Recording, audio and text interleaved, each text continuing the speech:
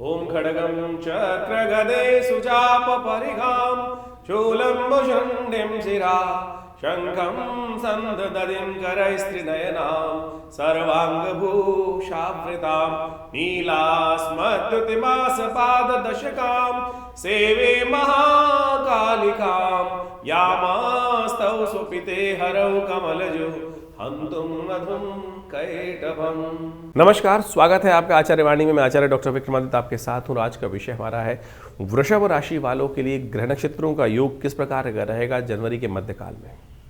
देखिए, जनवरी के मध्यकाल में वृषभ राशि वालों को खासतौर पे ग्रह नक्षत्रों की चाल को समझना चाहिए। वृषभ राशि वालों के लिए देखिए, शुक्र स्वामी होता है। शुक्र राशि परिवर्तन करने की तरफ जाएगा, साथ में अस्त अवस्था में चल रहा है, मंगल के साथ चल रहा है। जब मंगल के साथ शुक्र की गति होती है आमतौर पे, तो मंगल के साथ शुक्र की पावर कई गुना अधिक बढ़ जाती है। लेकिन मंगल के भी अस्त होने, शुक्र के भी अस्त होने के कारण से आपको समझना चाहिए कि इस वक्त आपको कई चीज़ों में बहुत सावधानी के साथ कार्य करने की ज़रूरत है। एक गलत कार्य है, नेगेटिव कार्यों की तरफ मन ज़्यादा जाएगा, कहीं ना कहीं जो है भोग विलास की तरफ मन जाता जाएगा और गलत रास्ते पे चलने से कहीं ना कहीं स्थितियां खराब हो सकती हैं। इस बात का आपको खासतौर पे ध्यान रखते हुए कार्य करने की ज़रूरत है। इस समय ग्रह नक्षत्रों का जो परिवर्तन का योग बन रहा है आपके लिए, आप मान के चलें जनवरी के मध्यकाल में शुक्र, सूर्य, बुध और साथ साथ मंगल, ये सब के सब परिवर्तन की तरफ जा रहे हैं। और शनि एक विशेष परिवर्तन की तरफ जाता दिखाई दे रहा है। शनि पूर्ण ताकत में आता दिखाई दे रहा है। शनि आपके लिए नेगेटिव नहीं है, लेकिन फिर भी उनकी दृष्टि आपकी राशि पर पड़ती है, तो ऐसे में आपको कुछ खास ध्यान रखने की ज़रूरत पड़ेगी।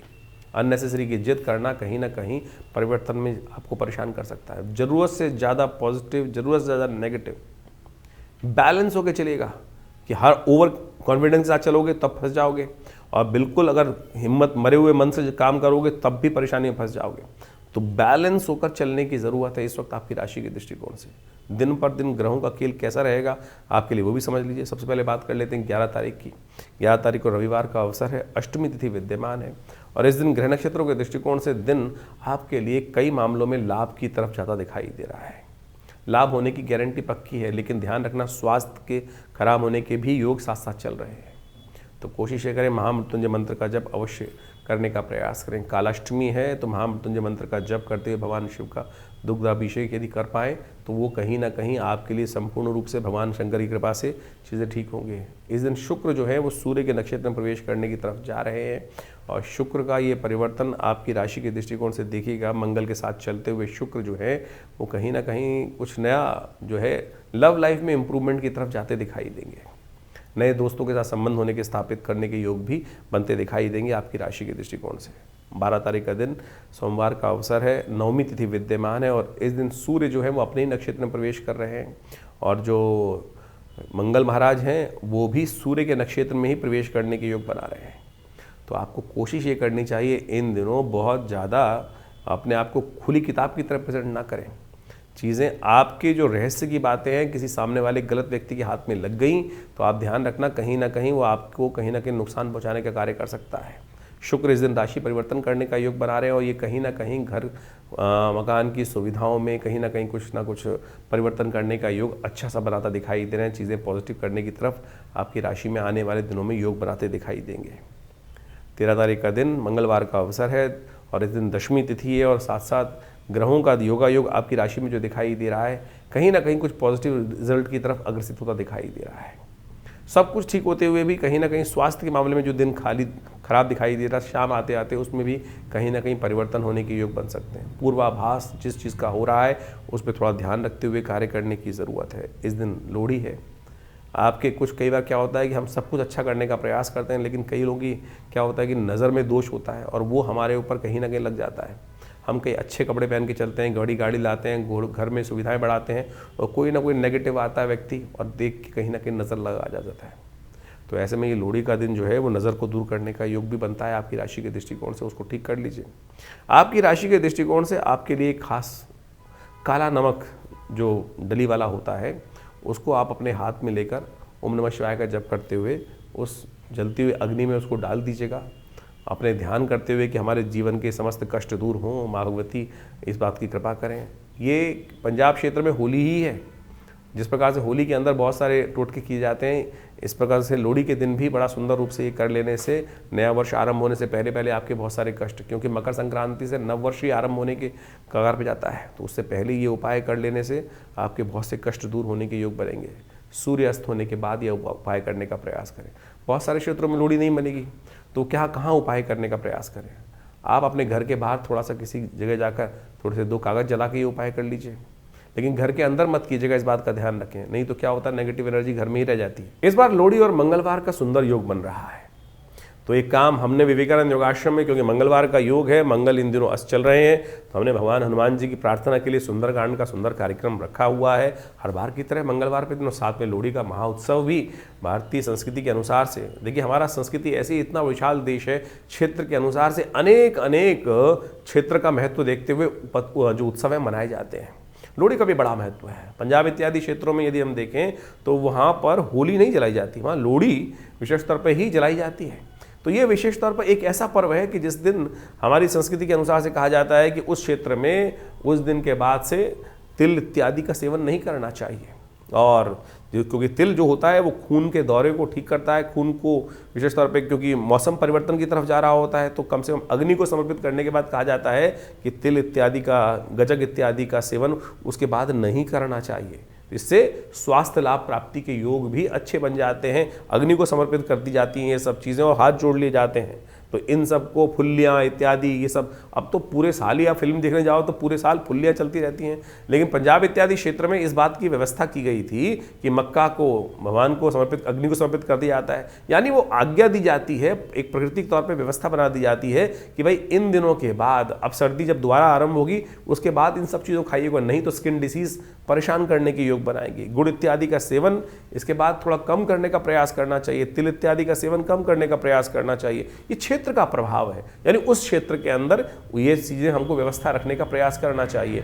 तो कोशिश करें इसको अच्छे समझते हुए कार्य करें। हमने विवेकानंद योगाश्रम में इस लोहड़ी के महाउत्सव पर सुंदरकांड का पाठ जैसे मंगलवार पे रखा जाता है वही रहेगा, साथ में भगवान की प्रसन्नता के लिए लोहड़ी का पर्व भी मनाया जाएगा। तो आप सब लोग हनुमान जी की कृपा प्राप्त करने के लिए, देखिए शनि मंगल का टकराव चल रहा है और मंगल अभी उच्च के होने जा रहे हैं लेकिन अस्त अवस्था में जाएंगे, तो ऐसे में मंगल के प्रभाव को ठीक करने के लिए आपको अवश्य इस कार्यक्रम में सम्मिलित होने का प्रयास करना चाहिए। आप अपने नाम से भी सुंदरकांड इत्यादि का पाठ कराने में सहयोग करना चाहें तो कर सकते हैं। उसके लिए आश्रम के समस्त फ़ोन नंबर्स यहाँ उपलब्ध हैं। 1.25 मनी का भोग रहेगा, हनुमान जी का यज्ञ रहेगा, माँ भगवती की कृपा से उनके सानिध्य में ये सुंदर कार्यक्रम रहेगा।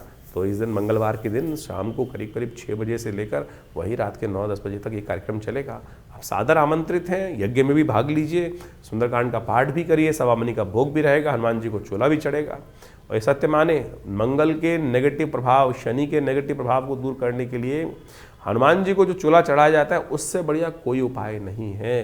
तो अवश्य आप करने का प्रयास कीजिए, हमारे साथ करिए, कृपा होगी, माँ भगवती की कृपा से कष्ट दूर होंगे। तो कन्या राशि वालों, आपकी राशि के दृष्टिकोण से लोहड़ी के दिन एक खास उपाय यदि आप कर लें तो सत्य मानिए आपकी बहुत सारी अलाएँ बलाएँ दूर होने के योग बन जाते हैं। लोहड़ी का पर्व जो विशेष तौर पर पंजाब इत्यादि क्षेत्रों में मनाया जाता है, जहाँ होली नहीं बनती वहाँ पर लोहड़ी बनती है, और ये लोहड़ी वास्तविक तौर पर आपके दरिद्रता को दूर करने का अद्भुत योग होता है। लोग तो केवल उत्सव में इसके पर्व के महत्व को, वैज्ञानिक महत्व को भूल जाते हैं, वो हम बताएंगे आपको, लेकिन आपकी राशि के दृष्टिकोण से एक खास उपाय आप नोट कर लें तो बड़ा अच्छा रहेगा।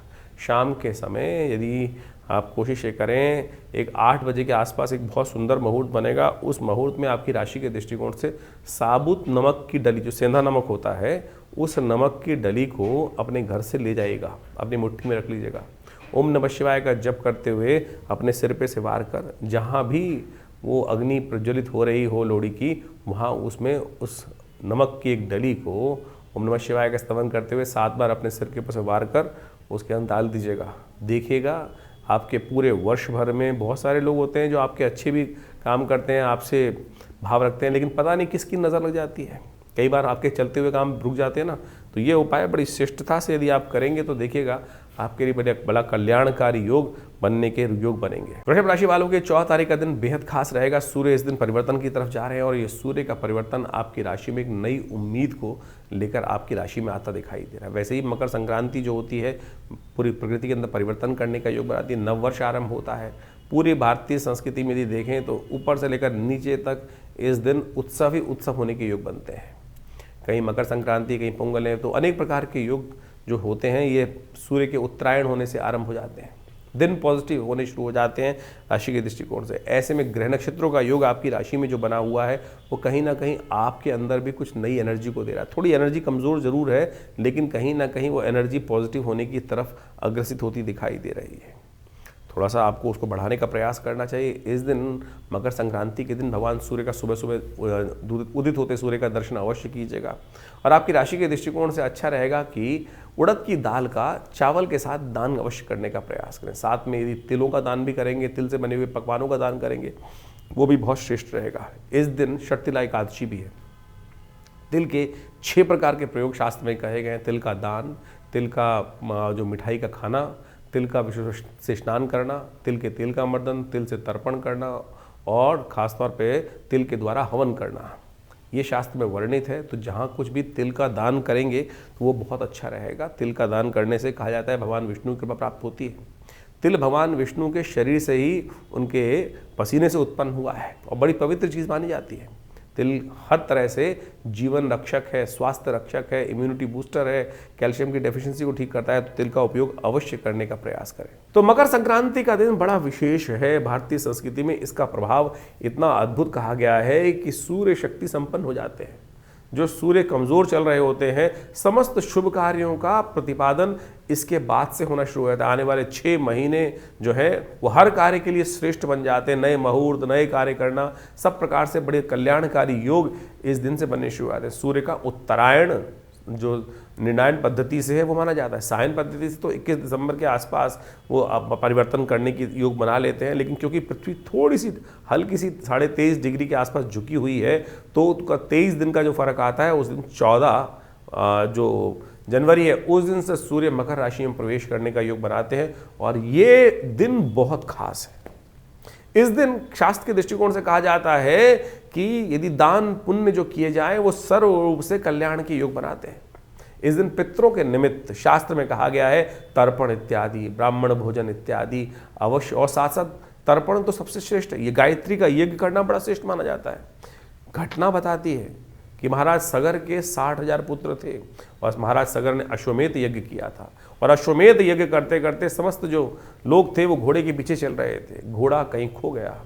इंद्र ने, कहा जाता है कि उस घोड़े को ले जाकर महाराज कपिल जहाँ विशेष तौर पर साधना रथ थे वहाँ उस घोड़े को बांध दिया, क्योंकि उसके बाद जब सगर के पुत्र वहाँ ढूंढते ढूंढते घोड़े को पहुँचे तो देखा कि महामुनि वहाँ बैठे हुए हैं और किसी ना किसी, क्योंकि महाराज सगर के पुत्र थे तो उन्होंने उपहास किया कपिल मुनि का। तो कपिल मुनि जब क्रुद्ध हुए, शांत साधना कर रहे थे, उनकी साधना में भंग डाला गया व्यंग इत्यादि करने के बाद, तो पहले तो वो शांत रहे, लेकिन जब उनको जबरदस्ती साधना से उठाया गया तो उनके नेत्र से ज्योति उपस्थित हुई। उससे कहा जाता है 60,000 जो लोग थे वो वहीं भस्म हो गए। तो कहा जाता है कि जब ये कलंक लग गया महाराज सगर के जो वंश के अंदर, तो 3 पीढ़ियां कहा जाता है कि महाराज सगर ने यथावत प्रयास किया कि उनकी किसी प्रकार से मुक्ति हो जाए, नहीं हुई। तो भगीरथ के जिम्मे ये काम आया कि माँ गंगा को प्रसन्न करें। 3 पीढ़ी तक माँ गंगा को प्रसन्न करने के लिए महाराज सगर के जो वंश था वो लगा रहा। भगीरथ से प्रसन्न हुई माँ गंगा, और फिर जब भगीरथ गंगा को धरा पे अवतरण कराने के बाद, भगवान शिव की जटाओं से लेने के बाद जब आगे चलते हैं तो इस दिन गंगा सागर पहुंचते हैं। वो गंगा सागर वो तीर्थ स्थल है कि जहाँ पर गंगा पहुँचती हैं, जो कपिल मुनि के आश्रम में पाताल में जहाँ पहुँच के गंगा उनके समस्त जो पितृ थे उनको तर्पण करती हैं और उनसे उनकी मुक्ति का योग बनता है। तो आप कोशिश ये करें, इस दिन कोशिश गायत्री जप कर गायत्री इत्यादि कर अपने पितरों के निमित्त तर्पण इत्यादि कार्य, ब्राह्मण भोजन इत्यादि कार्य जो हो सकता है वो अवश्य करने का प्रयास करें। हमने विशेष तौर पर इस सुंदर योग पर आश्रम पर गायत्री यज्ञ रखा है। आप अपने पितरों के नाम से इस समस्त कार्यक्रम भाग ले सकते हैं। और इस दिन छाते का दान, खिचड़ी का दान, उड़द की दाल का दान, चावल का दान और ऊनी वस्त्रों का दान, जूतों का दान, इस प्रकार से शास्त्र के अंदर अनेक चीज़ों की बातें वर्णित हैं। तो आप अवश्य करने का प्रयास करें। ये बड़ा पुण्यदायक अवसर माना जाता है और इसके बाद से आगे का कार्य आरंभ होता है। तो इस मकर संक्रांति के दिन सुंदर रूप से बुधवार के दिन जिस प्रकार से ये मकर संक्रांति का एकादशी के साथ युक्त होकर बन रही है, तो भगवान विष्णु का सुंदर स्तवन करते हुए, उनका पूजन करते हुए, भगवान विष्णु का भी जो पूजन, सब गदाधर भगवान का पूजन आपके पितरों को तर्पण करने का, पितरों के निमित्त जो आत्म शांति प्राप्त कराने का सबसे श्रेष्ठ मार्ग कहा गया है। तो अवश्य इस दिन जो हो सके वो अवश्य करने का प्रयास करें। गायत्री जप करने का प्रयास करें। ओम नमो भगवते वासुदेवाय इस मंत्र के यथाउचित भाव से जप करने का प्रयास करें।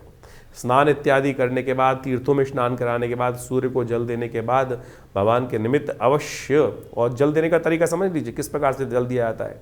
थोड़ा तांबे के लोटे में जल इत्यादि लेकर, थोड़ी सी रोली लेकर, पीले पुष्प लेकर अपने सिर के ऊपर से हाथ रखते हुए ओम घृणी सूर्य आदित्याय नमः, भास्कराय नमः, दिवाकराय नमः, इस प्रकार से भगवान सूर्य को जल देना चाहिए। फिर वहीं तर्पण इत्यादि किसी योग्य व्यक्ति के द्वारा करने का प्रयास करना चाहिए अपने पितरों के 3 पीढ़ियों तक।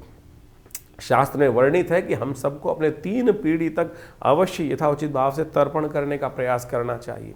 ये शास्त्र में जो उपाय बताए गए हैं ये बड़े श्रेष्ठ हैं और करने से पितरों की तृप्ति प्राप्त होती है। और इससे शास्त्र में वैसे तो कई उपाय बताए गए हैं, गायत्री जप, श्रीमद् भागवत का सप्ताह, तर्पण इत्यादि, ये पितरों के निमित्त कैसी भी कुंडली में योग हो, कैसे ही बार बार आपके पितर आपके सपने में आ रहे हैं, कहीं ना कहीं आपकी याद आपके पितरों से हटती ही नहीं है, तो कहीं ना कहीं पितर अपेक्षा कर रहे हैं, या आपका व्यवसाय लगातार सब कुछ बढ़िया करते हुए भी कहीं ना कहीं दिक्कत आ रही है, परिवार में शांति नहीं है, संतान की प्राप्ति नहीं हो पा रही है, सब कुछ ठीक होते हुए भी, ये सब के सब लक्षण है कहीं ना कहीं पितृ ऋण आपके जीवन में। पितृ दोष नहीं होता, बहुत सारे लोग पितृ दोष में फंस जाते हैं, पितृ ऋण है कि जिसकी निवृत्ति आप सबको शास्त्र के प्रमाण से अवश्य करने का प्रयास करना चाहिए। और वो तर्पण इत्यादि, गायत्री जप इत्यादि जो करता है उसके जीवन से ये समस्त कष्ट दूर होने के योग बन जाते हैं। तो अवश्य इस सुंदर तिथि में आप ये कार्य करने का प्रयास करें। गंगा जो विशेष तौर पर योग है, जहाँ पर गंगा सागर है, वहाँ एक बहुत बड़ा मेला लगता है और लाखों लोग जाते हैं वहाँ पर अपने पितरों की तर्पण करने के लिए। जब भगीरथ के पितृ तर्पित हो गए, इस तर्पण हो गया उनकी मुक्ति हो गई, तो आप सबके पितृ भी मुक्ति के लिए अवश्य इस शुभ तिथि से आगे सुंदर योग बनाएंगे। तो इसको भारतीय संस्कृति ने वैज्ञानिक तौर पर समझा है, इसके ऊपर बहुत ज़बरदस्त शोध किए गए हैं। और हमने तो एक बहुत बड़ी आश्रम से पुस्तक प्रकाशित करी, प्रेतात्माओं से मिलिए, और उसमें हमने ऐसे रिजल्ट दिए हैं, समझे हैं कि बिल्कुल जो प्रत्यक्ष प्रभाव करते हैं इन सब घटनाओं के माध्यम से, कैसे पितरात्माएं आती हैं, तो वो सब संबंध में जबरदस्त शोध शास्त्र में वर्णित है और उनको आपको समझने की आवश्यकता है। Theosophical society London, theosophical society Bombay, आज से 100 साल पहले एनी बेसेंट, डब्ल्यू.एल. बीटर इत्यादि, इन सब के साथ में बैठकर बहुत जबरदस्त कार्य किया गया है विदेशी मनीषियों के द्वारा, विदेशी मनीषियों के द्वारा, भारतीय मनीषियों के द्वारा भी। और ये बिल्कुल मृत्यु के बाद जो जीवन है वो एक प्रत्यक्ष विज्ञान शास्त्र में वर्णित है। और हमारे पुराण इत्यादि में तो अनेक अनेक कथाएं, अनेक अनेक शोध इस सब के बारे में बताया गया है। समय समय पर कालांतर विशेष ऋषि मुनियों ने इस पर शोध करके देखा है। और आप इसको ऐसे ही वेगली ना समझें। बहुत सारे लोग कहते हैं कपोल कल्पित कल्पनाएं, बिल्कुल कपोल कल्पित नहीं है। मृत्यु केवल जीवन से लेकर मृत्यु तक का इन्वर्टेड कॉमा बंद जीवन नहीं है, ये इन्फिनिटी की तरफ है। अज्ञात से आते हैं, अज्ञात में चले जाते हैं। और नहीं तो आप समझें इस संसार का मतलब क्या था भगवान को बनाने का, केवल इसीलिए कि भाई जन्म लो और फिर मर जाओ और सब कुछ यहाँ पर। ये जो आपके साथ जीवात्मा के साथ पुण्य और पाप ट्रेवल करते हैं ना, वही आपके जीवन में कष्ट और सुख का योग बनाते हैं। इसलिए कोशिश ये करें, जो जन्म है इसी समय में बड़े भाग्य मानुष तन पावा, इस मनुष्य जन्म प्राप्त किया है, तो इसमें जो जो शास्त्र में वर्णित चीज़ें हैं उनका शोध का लाभ लेते हुए कार्य करने का प्रयास करें तो कल्याण होगा। तो वृषभ राशि वालों, 15 तारीख का दिन आपकी राशि के दृष्टिकोण से क्या कुछ योग ला रहा है जान लीजिए। बृहस्पतिवार का अवसर है, दशमी तिथि विद्यमान है और इस दिन आपकी राशि में शनि मंगल का जो टकराव चल रहा था, जो कहीं ना कहीं पूरे विश्व में भी द्वंद्व उत्पन्न करने के योग दे रहा था, वो परिवर्तन होने वाला है। बदलने वाले हैं मंगल उच्च के होने वाले हैं। अस्त अवस्था में जरूर है, लेकिन आपके लिए बहुत पॉजिटिव साइन है कि मंगल का ये कहीं ना कहीं विश्व के दृष्टिकोण से भी देखा जाए तो कहीं ना कहीं एकाकी भाव से दूर करने के योग बनाएंगे। कहीं ना कहीं हमको लग रहा था कि हम अकेले पढ़ रहे हैं, चीज़ें हम सबके लिए अच्छा करते हैं, लोगों के लिए तो अच्छा कार्य करते हैं, लेकिन लोग समझ नहीं पाते हैं। तो उन सब कहीं ना कहीं नेगेटिव थॉट से आपके लिए कहीं ना कहीं पॉजिटिव होने का योग बहुत बढ़िया से बनता दिखाई दे रहा है। ऐसे में पीली चीज़ों का दान करने का प्रयास करें, केले का दान करें, हल्दी का टीका माथे पे लगाएं, कल्याणकारी योग बनेगा आपके लिए। 16 तारीख का दिन शुक्रवार का अवसर है, त्रयोदशी तिथि विद्यमान है और इस दिन धन योग आपकी राशि में बनकर तैयार हो रहा है। ये धन योग आपकी राशि में जो बन रहा है, ये कहीं ना कहीं चीज़ों को अच्छा करने की तरफ आपको अग्रसर करता दिखाई दे रहा है। चीज़ों में रिजल्ट लाने की तरफ आपकी राशि में योग बनते दिखाई दे रहे हैं। चीज़ों को अच्छा करने के लिए थोड़ा सा उपाय भी करने का प्रयास करें। इस दिन शनि शुक्र प्रदोष है, महालक्ष्मी का सुंदर पूजन करें और हो सके तो भगवान शंकर के मंदिर में शाम के समय सूर्यास्त के बाद बिल्वपत्र अर्पित करने का प्रयास करें। सुगंधि के द्वारा, गंधोदक के द्वारा, इत्र के द्वारा भगवान का अभिषेक त्र्यंबक मंत्र से करने का प्रयास करें। शाम के समय कहा जाता है भगवान शंकर पार्वती जी के साथ पूरे संसार में भ्रमण करते हैं और जो उनका प्रदोष काल में अभिषेक करते हैं भगवान की कृपा से, उन पर महालक्ष्मी कृपा बनने के योग बन जाते हैं। वृषभ राशि वालों के लिए शनिवार का अवसर 17 तारीख के दिन चतुर्दशी तिथि और साथ साथ मासिक शिवरात्रि का सुंदर योग बनकर तैयार हो रहा है। ग्रह नक्षत्रों के दृष्टिकोण से इस दिन चतुर्ग्रही योग का निर्माण फिर हो जाएगा। बुध भी आपकी राशि के दृष्टिकोण से कहीं ना कहीं जाकर नवम भाव में एक साथ एकत्र हो जाएंगे। जो ऐसे में ये ग्रहों का योग नेगेटिव नहीं है, पॉजिटिव ही योग आपके लिए बनाता दिखाई दे रहा। थोड़ी ताकत जरूर कमज़ोर दिखाई देती है, तो उनको ठीक करने के लिए थोड़ा सा उनको ताकत देने का प्रयास कीजिए। इस समय शनि का उपाय आपको करने की ज़रूरत बहुत ज़्यादा है, क्योंकि शनि महाराज आपकी राशि के दृष्टिकोण से इस वक्त जहाँ चल रहे हैं वो कहीं ना कहीं आपको थोड़ा सा आलस्य में रखते दिखाई दे रहे हैं। सब कुछ ठीक होते हुए भी, चीज़ें आपकी बिल्कुल पॉजिटिव होते हुए, ग्रहों का परिवर्तन होते हुए भी कहीं ना कहीं आप बहुत स्लो गति से आगे बढ़ते दिखाई दे रहे हैं। कारण केवल शनि महाराज हैं। तो शनि को ठीक करने के लिए आपको, अब शनि ताकत में भी आने वाले हैं, तो उसकी तैयारी पहले से करने का प्रयास कीजिए। हो सके तो कोयले का दान करने का प्रयास कीजिए, वो आपके लिए कल्याणकारी रहेगा। 18 तारीख का दिन अमावस्या का दिन है, मौनी अमावस्या का सुंदर योग बन रहा है और ग्रह नक्षत्रों के दृष्टिकोण से दिन आपके लिए बहुत पॉजिटिव दिखाई देता है। शाम आते आते कहीं ना कहीं कुछ यात्रा का कार्यक्रम बनने के योग बन सकते हैं और ऐसे में यदि देवस्थल की यात्रा करने का आगे कार्यक्रम बने तो वो आपके लिए बहुत कल्याणकारी योग बनाएगा। मौनी अमावस्या है इस दिन और आपकी राशि के दृष्टिकोण से मौनी अमावस्या के दिन पुण्यों को जगाने का बड़ा सुंदर अवसर होता है। कोई कार्य करो ना करो, थोड़ी दिन मौन का व्रत का पालन अवश्य करें। गंगा से स्नान करें, घर में गंगा जल से भी स्नान कर सकते हैं, क्योंकि इस दिन समस्त तीर्थों का स्नान, समस्त पृथ्वी का जल जो है वो गंगा के समान ही पवित्र हो जाता है। तो इसलिए उस जल से भी स्नान करने से आपके बहुत से कष्ट दूर होने के योग बनेंगे, दरिद्रता दूर होने के योग बनेंगे। माघ मास की पूर्णिमा के दिन मौनी अमावस्या का योग बनता है और कहा जाता है कि मौनी अमावस्या एक बहुत शुभ तिथि मानी जाती है। इस दिन चीज़ों को समझने का प्रयास करना चाहिए। मौन यानी मौन रखने का व्रत रहना चाहिए। और इस दिन कहा जाता है कि समस्त तीर्थों का जल जो होता है गंगा के समान पवित्र हो जाता है। यानी कहीं भी किसी भी तीर्थ में जाके स्नान करने से, दान इत्यादि करने से, पुण्य कार्य करने से एक तो आपके जीवन में बहुत सारे, देखिए हमारे जीवन में हर समय कहीं ना कुछ गलत कार्य होते जाते हैं और उन सब से निवृत्ति प्राप्त करने के लिए शास्त्र में कहा गया है कि हमको उससे निवृत्ति होने का कुछ ना कोई मार्ग चाहिए। आमतौर पर हम जीवन पर्यंत उन भारों को लेकर ढो नहीं सकते हैं। अब किसी से गलत हो गया कोई कार्य, ना चाहते हुए भी कुछ ना कुछ गलत कार्य, पाप युक्त कार्य हो गया, अब क्या उसको दिन भर पूरी जिंदगी लेके पीटे जाए आदमी सिर? हमारे शास्त्र में कहा कि किसी तीर्थ में जाओ, एक डुबकी लगाओ, भगवान के समक्ष अन्य श्रद्धा से कहो कि गलती से हुआ। तो ये प्रायश्चित है, जिसे दिवस में किए हुए कार्य जो है भगवान का नाम लेने से शाम को शांत हो जाते हैं। हाँ, लेकिन प्रवृत्ति गलत हो जाए, आप इसको ऐसे मत समझ लीजिएगा कि भैया कि हर रोज गलत करूं, किसी का उल्टा सीधा लूटू लाटूं और शाम को गंगा में जाके स्नान कर लूं, फिर नहीं होने वाला।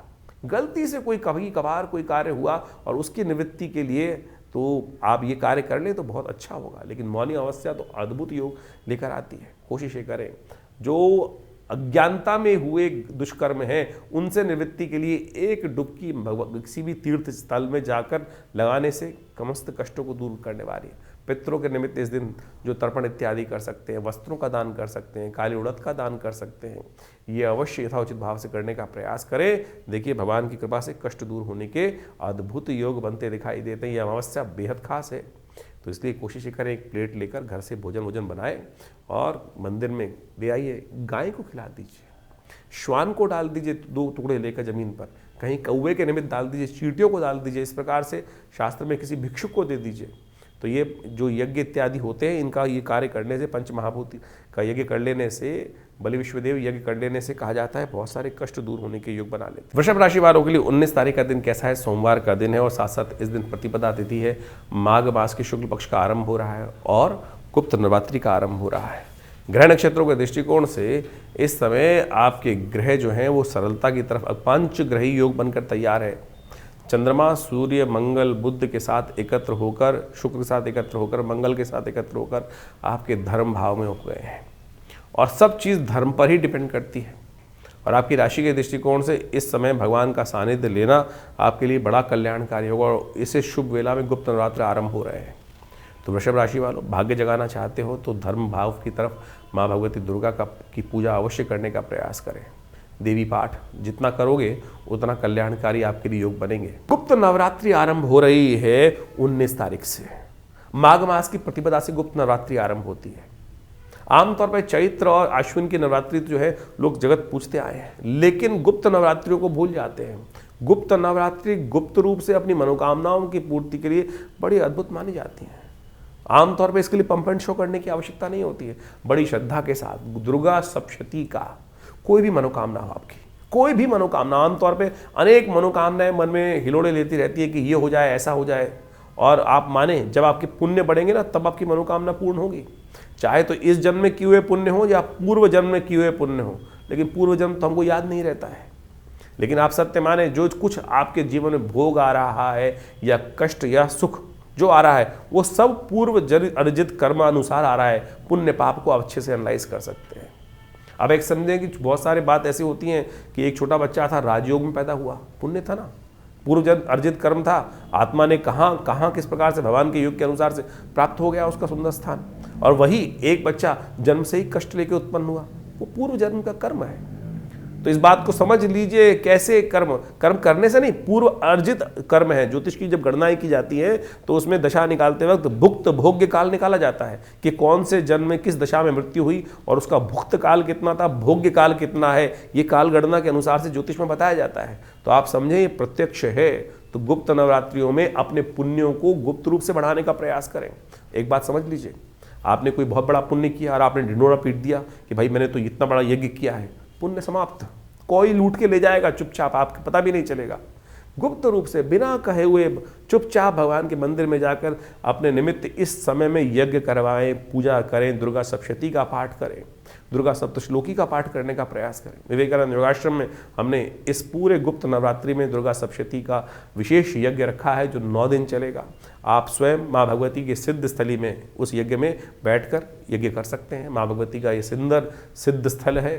500 साल पुरानी प्रतिमा माँ भगवती की जो मुल्तान से आई 1947 में आज आश्रम में प्रतिष्ठित है। उन्हीं के सानिध्य में दिव्य रूप आपके समक्ष देख रहे हैं आप, उनका दर्शन कर कर, उनके सानिध्य में यज्ञ कर कर अनेक मनोकामनाएं, अनेक कष्ट दूर होने के हमने स्वयं लाखों लोगों के साथ जीवन में देखा है प्रभाव। तो आप भी अपने इस सुंदर योग पर, माँ भगवती के सुंदर यज्ञ में अपने निमित्त यज्ञ कर कर उसमें बैठिए, करिए और देखिए माँ भगवती की कृपा से समस्त कष्ट दूर होने के योग बनेंगे।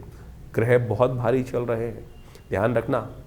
शनि मंगल का जो सब स्थिति है वो बहुत भयावह स्थिति इस वक्त चल रही है। चतुर्ग्रही योग बनकर तैयार है और मंगल अस्त लगातार चल रहा है। ये कहीं ना कहीं फ्रस्ट्रेशन देगा जीवन में और माँ भगवती कृपा से ही समस्त कष्ट, सर्वमंगल मांगल्ये शिवे सर्वार्थ साधिके ना, माँ भगवती अमंगलों को भी दूर करती है और मंगल को भी शुभ और मंगल में परिवर्तन करने का योग बना देती है।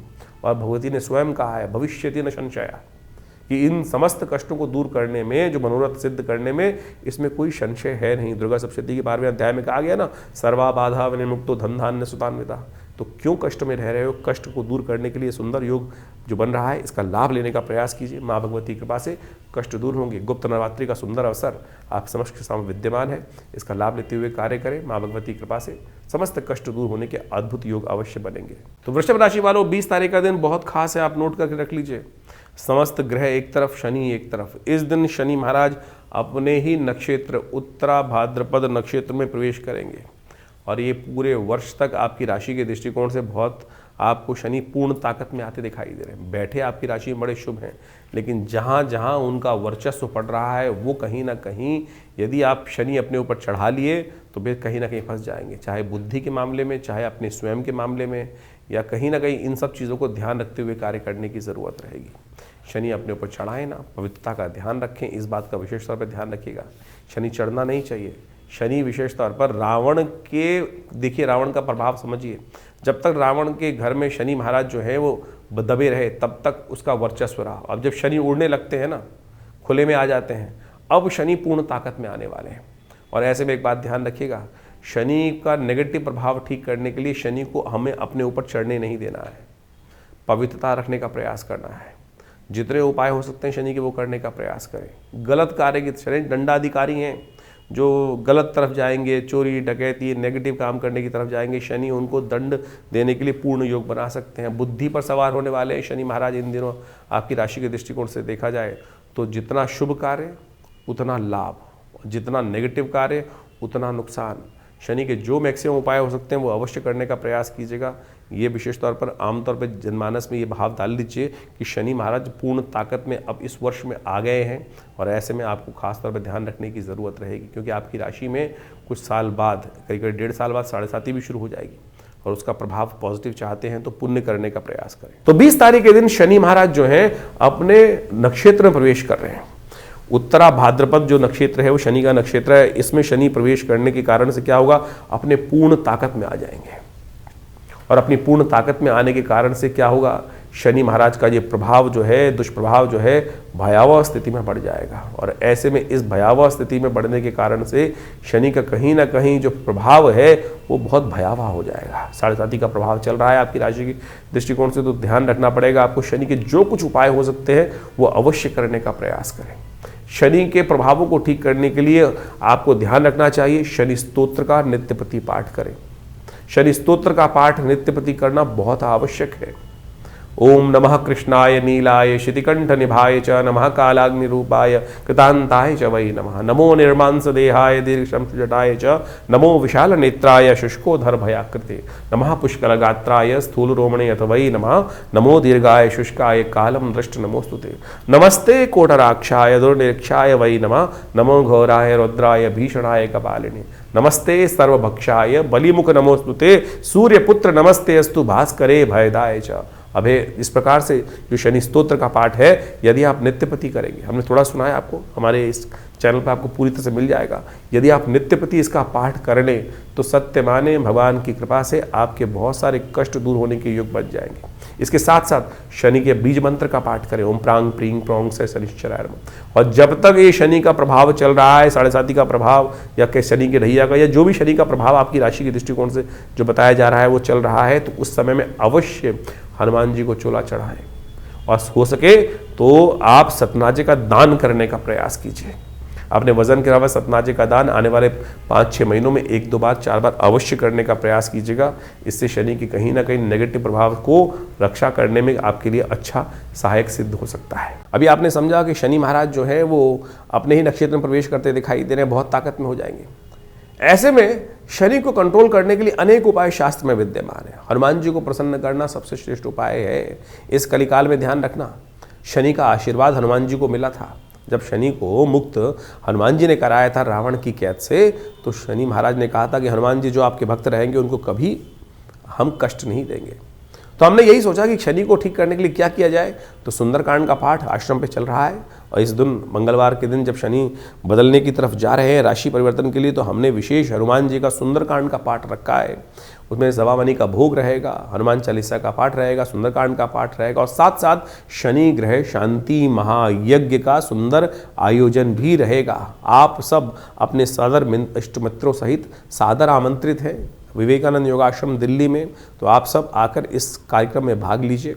माँ भगवती कृपा से उस शुद्ध स्थली पर जो यज्ञ में आहुति देंगे, शनि के मंत्र की, शनि स्तोत्र की, सुंदरकांड का पाठ करेंगे, तो भगवान शनि के बहुत से कष्ट हनुमान जी हर लेंगे हनुमान जी कृपा से। तो इसलिए ध्यान रखें, आप जहाँ भी हैं तो आप हमारे लाइव इस कार्यक्रम में हमारे फेसबुक पे जाकर जुड़ सकते हैं। साथ में हनुमान जी को चोला चढ़ाने की व्यवस्था जो चाहे वो सब कर सकते हैं। तो अवश्य इस कार्यक्रम में सम्मिलित हों, कष्ट दूर होंगे। तो इस समय ग्रहों का योगायोग आपने आपकी राशि के अनुसार से समझा। देखिए, वास्तविक तौर पर ग्रहों का विशेष परिवर्तन का योग चल रहा है, मंगल लगातार अस्त चल रहे हैं, और इस समय अभी तक आप देखें कि पिछले काफ़ी लंबे समय से मंगल और शनि का टकराव चल रहा था, और उसका प्रभाव पूरे विश्व में जिस प्रकार से हो रहा है वो साफ साफ समझ में आ रहा है।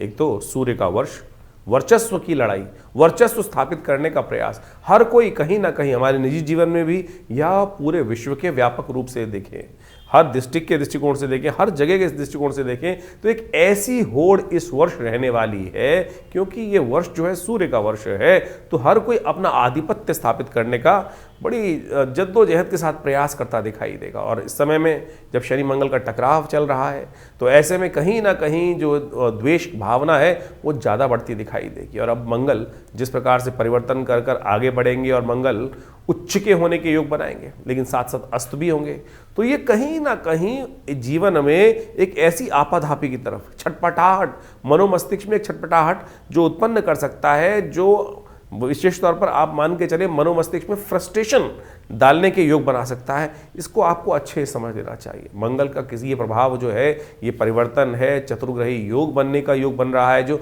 वो कहीं ना कहीं अंतर द्वेष को उत्पन्न करने के योग बनाता है।